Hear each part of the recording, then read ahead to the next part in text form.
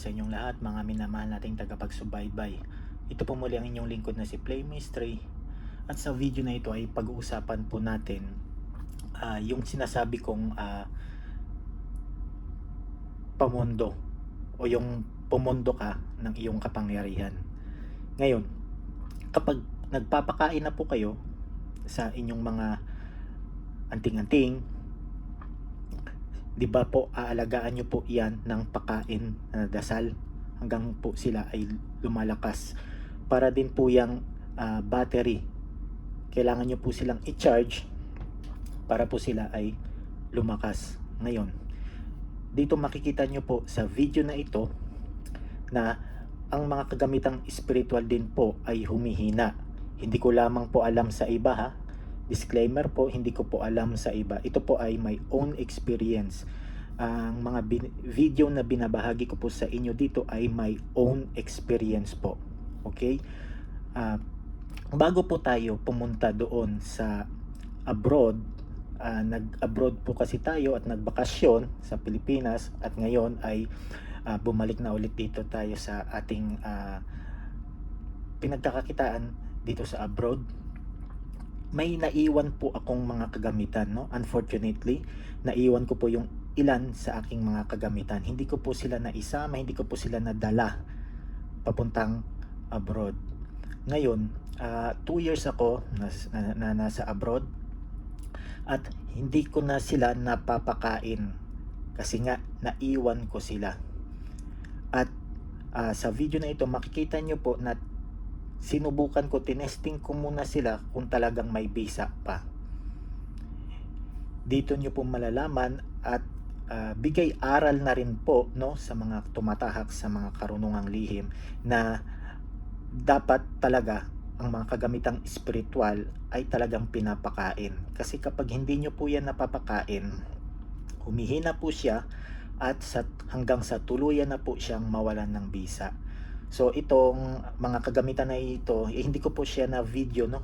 Hindi ko siya na video nung panahon na tinesting ko sila. Pero nung tinesting ko sila, pasado sila. Merong iba dyan na lumilihis yung bala. Merong iba dyan na talagang kabal sa bala. So tested ko na itong mga kagamitang spiritual ko na ito. Ngunit naiwan ko sila. Mahigit 2 years ko silang hindi napakain. At unfortunately, wala na po silang visa. So sinubukan ko sila sa video na ito nung nagbakasyon ako. Talagang sila yung inuna ko, tiningnan ko talaga. Pero hindi ko muna sila pinakain ng dasal. Kasi gusto kong masubukan sa sarili ko kung hanggang saan yung ating kakayanan. Kung meron man dito makapag-share sa akin ng mga naiwan nila o hindi nila dinasalan ng mga medalyon, hindi nila nadasalan ng mga istampita nila, na mga kagamitan nilang spiritual ng pagkahaba-habang panahon tapos may visa pa din, ay willing pong mag-aral si Play Mystery sa inyo. Okay po? Willing po ako doon. Kasi ang nakita ko po sa kakayahan ko, 2 taon hindi ko sila napakain tapos nawalan na sila ng visa. Okay po? So panoorin po natin yung video na ito at kapulutan po natin ng aral.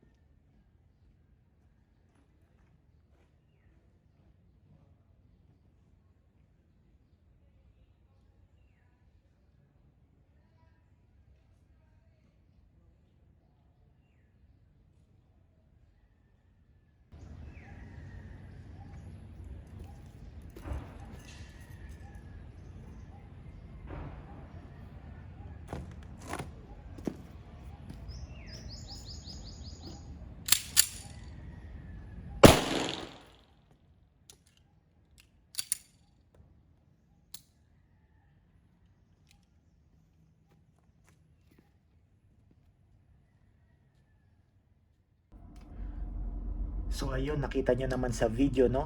Talagang wasak sila, butas, talagang wala na talaga silang bisa.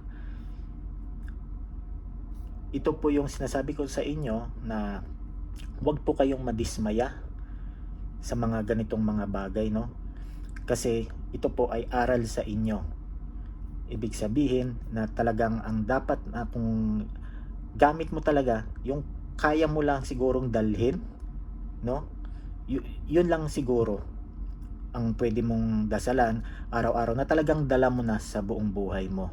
Kasi si Play Mystery ng election din po tayo ng mga dasal, although gumagana naman pag gumawa pa rin po tayo ng bago at didebosyonan din po natin ay mapapagana naman din po natin. Pero sinubukan ko lang yung aking kakayahan na testingin sila kung talagang may bisa ba.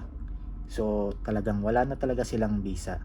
Kaya patuloy pa rin po kayong magpakain na magpakain yung talagang tangan ninyo, yung talagang daladalan ninyo sa buong buhay ninyo.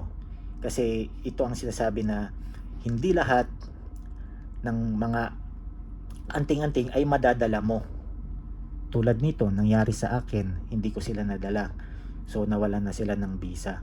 Gayon din po sa mga nagbebenta sa online. Nakikita nyo po marami nagbebenta dyan na ito mabisa ito mabisa sa ganito ganyan. Okay? So hindi ko lang po alam o saklaw ng aking kaisipan kung talagang may visa sila. Subukan nyo po, i-testing nyo po na sa testingan. Mas mainam na matesting ninyo sila na kung talagang may visa pa. Kasi syempre pag galing sa pinilhan ninyo, maaring dasalan na nila, hindi ko alam ha. Kayo naman po ang nakakatanggap niyan. Dinasalan na nila yan, maaring dinubusyonan na nila yan, pinakain na nila yan. Tapos pagdating ninyo, maaring kung maibigay man nila sa inyo yung dasal, tapos pinagpatuloy nyo pa rin po yung dasal, itesting nyo rin po. Okay? Kasi po, mahirap yung bili tayo ng bili, tapos alam natin na, uy, dinasalan na niya to, kaya may visa na to. Bit-bit mo ng 2 years. Yun pala, dahan-dahan na siyang humihina yung kanyang lakas. O di kaya, maring binenta sa inyo, tapos hindi nyo alam kung may visa ba o wala. Kaya mas mainam na i-testing po talaga yung ating mga kagamitang espiritual. Okay po, kaya hanggang sa muli, maraming salamat po sa inyong suporta. Ito po muli ang inyong lingkod na si Play Mystery. Kita-kits po tayo sa mga susunod pang mga videos. Maraming salamat po.